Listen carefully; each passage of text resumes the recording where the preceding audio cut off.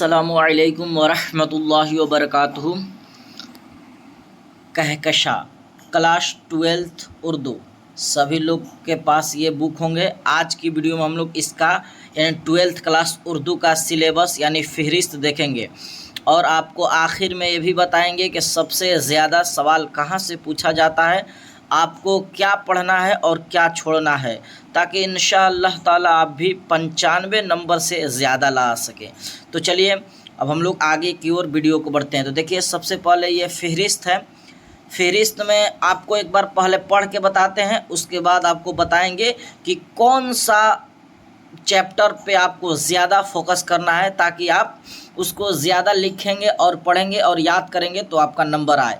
तो चलिए पहले आपको एक बार पढ़ के बताते हैं, उसके बाद आपको इम्पोर्टेंट चैप्टर बताएंगे। तो देखिए सबसे पहले जो ये है, यहाँ आप ध्यान दीजिए, सबसे पहले ये फहरिस्त है और ये हिस्सा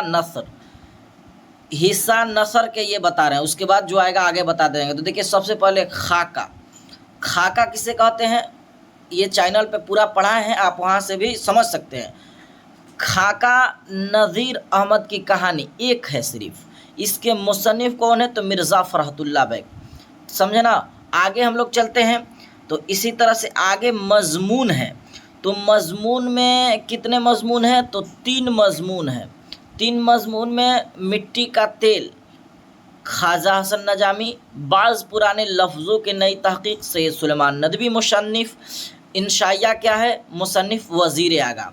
उसके बाद इंशाइया एक है, इंशाइया जो है एक है। इंशाइया का नाम क्या है, हिजरत और इसके मुसन्निफ कौन है, अहमद जमाल पासा। अगर आप ये देख रहे हैं तो समझिए कि आपका यहाँ से भी सोचिए ना 5 नंबर 10 नंबर का सवाल आना ही आना है। एकदम 100% कन्फर्म है कि ये आना ही आना है कि पूछता है हिजरत किसका इंशाइया है, तो यहाँ से भी आपको सवाल आना ही आना है। रहा बात ये पढ़ के बता दें, उसके बाद इम्पोर्टेंट चैप्टर बताएंगे कि आपको ज़्यादा फोकस किस पर करना है, ज़्यादा। तो चलिए आगे हम लोग देखते हैं। इसी तरह से हिजरत देख लिए, इंशाइया भी। अब दस्तान में सिर्फ एक दस्तान है, यहाँ के मुताबिक एक दस्तान में कौन सा दस्तान है, बागो बहार, मुसन्निफ मीर अमन दहलवी। उसके बाद अफसाना में कितने अफसाना है तो 4 अफसाना है। 4 अफसाना में देखिए, अफसाना में टोबा टेक सिंह, प्रोमिस, भूले बिसरे गीत, इब्राहिम सक्का। टोबा टेक सिंह साद हसन मंटू लिखने वाले हैं, जिलानी बानो प्रोमिस लिखे हैं, शफी जावेद भूले बिसरे गीत लिखे हैं, सलाम बिन रज़ाक इब्राहिम सक्का लिखे हैं। उसके बाद आता है ख़त। तो ख़त ये खुतूत यानी गुबारे खातिर से 3 खुतूत, इसके लिखने वाले मुसन्निफ कौन है, अब्दुल कलाम आज़ाद। आगे हम लोग इसी तरह से चलते हैं। अब तो हिस्सा शायरी आ गया है ना। हिस्सा शायरी में कौन कौन सा चैप्टर है तो सबसे पहले नज़्म है। क्या है तो नज़्म में कितने नज़्म हैं तो नज़्म में देखिए कितने नज़्म है तो सबसे पहले ये गुफ्तगू और मेरा सफ़र, दोनों एक ही नज़्म है, दोनों का राइटर अली सरदार जाफरी है, ठीक ना। तो ये 2 नज़्म हुआ तो आपको समझ लिया। उसके बाद क्या है, खेती, ये भी नज़्म है, लिखने वाले मुसन्निफ अमी हनफी हैं। बरके कलीसा के लिखने वाले कौन है, अकबर इलाहाबादी, ये जरीफाना नज़्म है, ठीक ना। उसके बाद है मुतशायर भी जरीफाना नज़्म है, इसके लिखने वाले हैं जफ़र कमाली। उसके बाद हम नहीं जानते यूज़ोनियो मुंताले लिखने वाले हैं। उसके बाद शुरू होता है गज़ल में देखिए तो ये गज़ल 1 लिखने वाले हैं, 2 लिखने वाले हैं और 3 गज़ल लिखने वाले हैं। ये 3 जो है इस तरह का गज़ल आप जब चैप्टर खोलिएगा तो पूरा फुल मिलेगा, ठीक ना। असदुल्ला खां गालिब ये गज़ल के लिखने वाले हैं, ये एगाना सेंगेजी और ये खलीलुर रहमान आज़मी। आगे हम लोग इसी तरह से पढ़ते हैं। तो कता तारीख आता है। तो कता तारीख में जो है ना, कता तारीख में 2 है, गमे अरशद और उसके बाद आता काकवी इसके लिखने वाले, वाहिद नज़र यानी 2 तारीखें जो है ये वाहिद नज़ीर लिखे हैं। उसके बाद इसी तरह से आता है एक मरसिया है, यारब चमने नज़म को गुलजार इरम कर, लिखने वाले हैं मीर अनीस। चलिए इसी तरह से आगे हम लोग देखते हैं। अब आगे देखिए मज़ीद मुताले में पता चल रहा है कि खुद नविश्त है। खुद नविश्त में मैं यूनिवर्सिटी लिखने वाले एहसान दानिश। दस्तान फिर एक है, फसाना अजायब लिखने वाले मिर्ज़ा रजब अली बैग सरवर हैं। उसके बाद अफसाना फिर है कि अफसाना का नाम क्वारंटीन है और क्वारंटीन के लिखने वाले राजेंद्र सिंह बेदी हैं। उसके बाद खुतबा है, खुतबा में कामिल इनकलाब है, जयप्रकाश नारायण लिखने वाले हैं।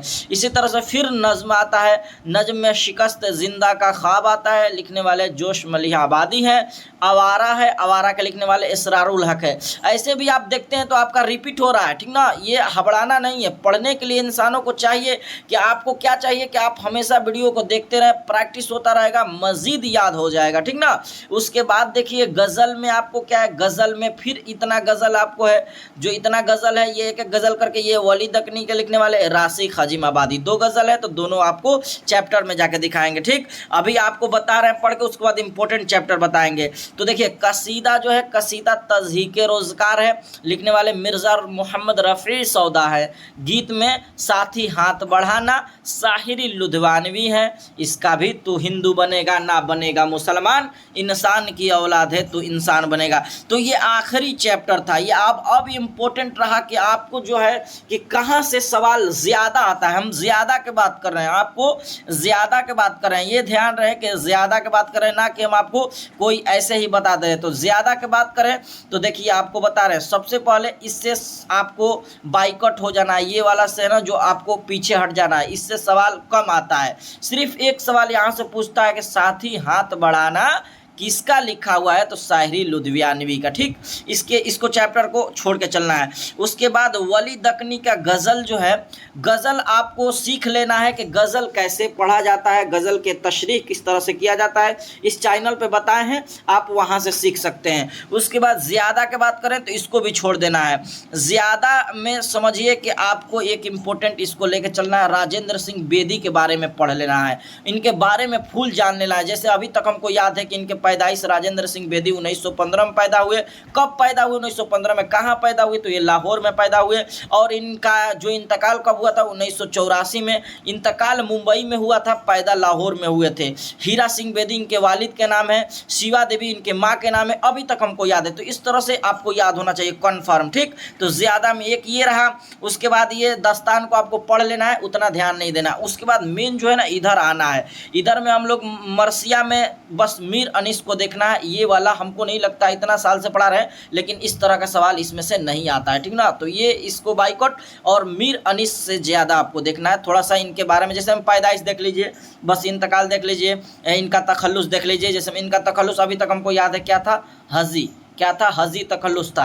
तो इस तरह से ये इंपॉर्टेंट हो गया। अताकाकवी उतना नहीं इंपॉर्टेंट है, ऑब्जेक्टिव इससे आता है हल्का फुल्का। उसके बाद जो है ना मेन टॉपिक जो है ना ये असदुल्ला खां गालिब, इनके बिना 12th क्लास में ना आए हो ही नहीं सकता। आपको 12th हो या 10th हो, मिर्ज़ा गालिब को छोड़ना ही नहीं है।